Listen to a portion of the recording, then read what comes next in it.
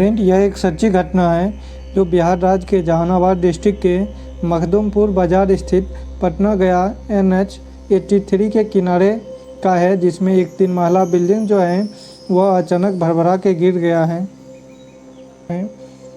इसका कई कारण हो सकता है, जैसा कि आप यहाँ पे देख रहे हैं कि इस बिल्डिंग के जस्ट सामने से जो है एक ड्रेन गुजरा है, जिसके कारण ऑब्वियस सी बात है कि इसी होके पानी जो है ड्रेन का गुजर रहा है, तो बिल्डिंग का जो है नींव कमज़ोर हो गया होगा, जिसके कारण जो है ये भरभरा के गिर चुका है। साथ ही आप यहाँ पे देख रहे हैं कि जितना एरिया में ये बिल्डिंग वाला पोर्शन है, उतना ही लगभग एरिया जो है कैंटिलीवर बीम डाल के जो है यहाँ पे आगे बिल्डिंग का पोर्शन भी बढ़ा दिया गया है।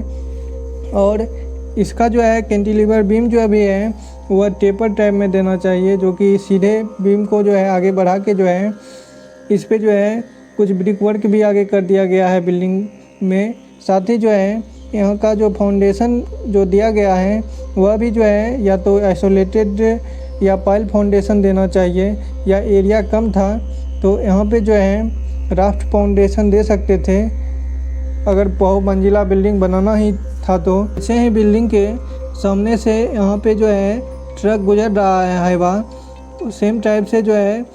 यहाँ पे ज़मीन में कंपन उत्पन्न हुआ और धीरे धीरे ये बिल्डिंग जो है सामने की ओर धराशायी हो गया है। कॉन्ट्रैक्टर का एक फेवरेट डायलॉग होता है कि हम जो है इतना घर बना लिए हैं, ये बिल्डिंग कभी नहीं गिरेगा।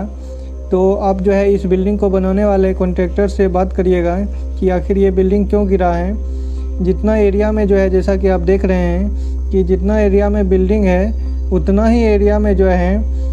इसका कैंटिलीवर बीम आगे बढ़ा के जो है बिल्डिंग पोर्शन बना दिया गया है, बिना किसी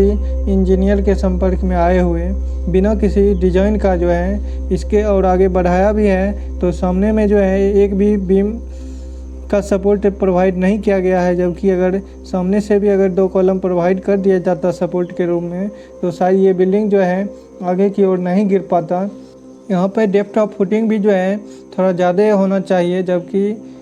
डेप्थ ऑफ फुटिंग जो है आदमी रुपया बचाने के चक्कर में जो है डेप्थ ऑफ फुटिंग बहुत ज़्यादा नहीं दे पाते हैं। वैसा ही इस घर बनाने वाला कॉन्ट्रैक्टर भी था कि इन्होंने जो है डेप्थ ऑफ फुटिंग जो है बहुत ज़्यादा प्रोवाइड नहीं किया। कभी कभी होता क्या है कि आदमी जो है अपना घर बनाते समय जो है एक मंजिला घर के अनुसार स्टील डिटेल वगैरह देते हैं और आदमी जो है उसी के ऊपर में जो है घर बना लेते हैं। जैसा कि आप यहाँ पे देख सकते हैं कि यहाँ पे जो है लग रहा है कि इस बिल्डिंग में जो है सरिया दिया ही नहीं गया है। यहाँ पे आपको दिख रहा होगा कि मात्र 2-3 सरिया अच्छी तरह से दिखाई दे रहा है। फ्रेंड, अगर स्टील डिटेल की बात करें तो आपको यहाँ पे दिख रहा होगा कि इस बिल्डिंग में जो है 2-3 सरिया ही अच्छी तरह से दिखाई दे रहा है। लग रहा है कि इस बिल्डिंग में सरिया अच्छी तरह से प्रोवाइड किया ही नहीं गया है, कि यह जो है बिल्डिंग मिट्टी के ढेर की तरह जो है भरभरा के गिर गया है। और यहाँ पे आपको दिखाई दे रहा होगा कि लैपिंग जोन भी जो है रीइंफोर्समेंट का वह छत के जस्ट नीचे ही दिया गया है, जो कि ऐसा नहीं करना चाहिए। आदमी जो है जनरली लैपिंग जोन जो है वह कॉलम के मिडिल में प्रोवाइड करना चाहिए, और कुछ लोग तो लैपिंग जोन जो है फाउंडेशन से 3-4 फीट ऊपर एक ही जगह पे प्रोवाइड कर देते हैं, जबकि जो है लैपिंग जो है सरिया का लगभग 50D प्रोवाइड करना चाहिए। यानी कि सरिया अगर 12 mm का है तो 12x50 लगभग जो है लैपिंग वहाँ पे 600 mm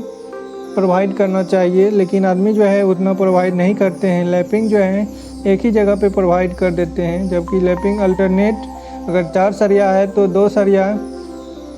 का लैपिंग जो है एक जगह आप प्रोवाइड कर सकते हैं, और जो 2 सरिया का जो है अल्टरनेट लैपिंग प्रोवाइड करना चाहिए,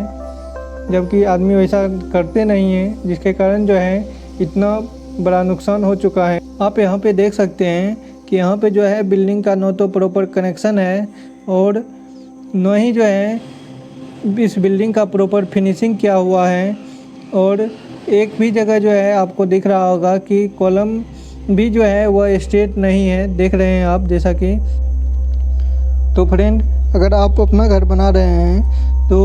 कम से कम जो है सरिया का डिटेल अच्छी तरीक़ा से दें। बीम कॉलम फुटिंग में जो है सरिया अच्छी तरीक़ा से दें। फाउंडेशन का डेप्थ भी जो है थोड़ा अच्छी तरीक़ा से प्रोवाइड करें,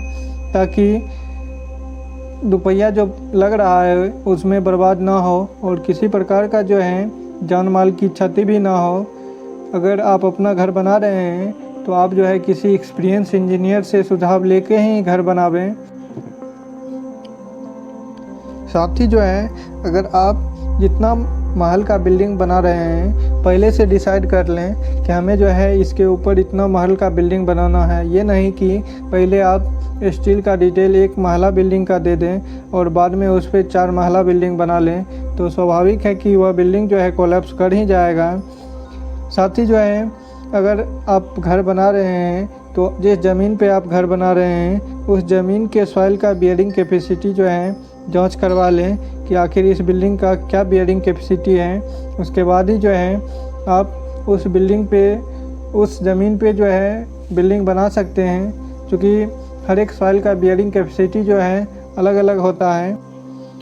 तो फ्रेंड, अगर जैसे कि यही बिल्डिंग जो कोलैप्स किया है, अगर इसमें जो है अगर इसका जो ओनर था अगर पहले से डिसाइड कर लेते कि हमें 3 महला बिल्डिंग बनाना है और इसका जो रीइंफोर्समेंट है उसको अच्छी तरह से देते, फाउंडेशन जो है अच्छी तरीक़ा से देते और रीइंफोर्समेंट डिटेल भी अच्छी तरीक़ा से देते, इसका डिज़ाइन सही रहता तो शायद ये बिल्डिंग जो है नहीं गिर पाता। अगर इसका 3 महला बिल्डिंग बनाना था तो कॉलम में जो है 12 mm का जो है 6 रीइंफोर्समेंट प्रॉपर डिस्टेंस पे कॉलम प्रोवाइड करते, सामने भी जो है सपोर्ट प्रोवाइड कर देते एक कॉलम डाल के, तो शायद ये बिल्डिंग जो है नहीं गिर पाता। नीचे में फुटिंग भी जो है या तो पाइल फाउंडेशन कर देते, अगर एरिया कम था तो राफ्ट फाउंडेशन करके भी जो है अगर इतना बहुमंजिला बिल्डिंग बनाना था तो बना सकते थे, या आइसोलेटेड फुटिंग ही जो है थोड़ा डेप्थ करके देते, तो शायद ये बिल्डिंग जो है जिस प्रकार से धराशायी हो गया है इस प्रकार से नहीं हो पाता। तो फ्रेंड, ये था कुछ सजेशन कि आप जो है अपना घर किस प्रकार बनावें कि वह सुंदर, टिकाऊ और कम खर्च में बन जाए और किसी प्रकार का जो है जान माल का भी क्षति ना हो।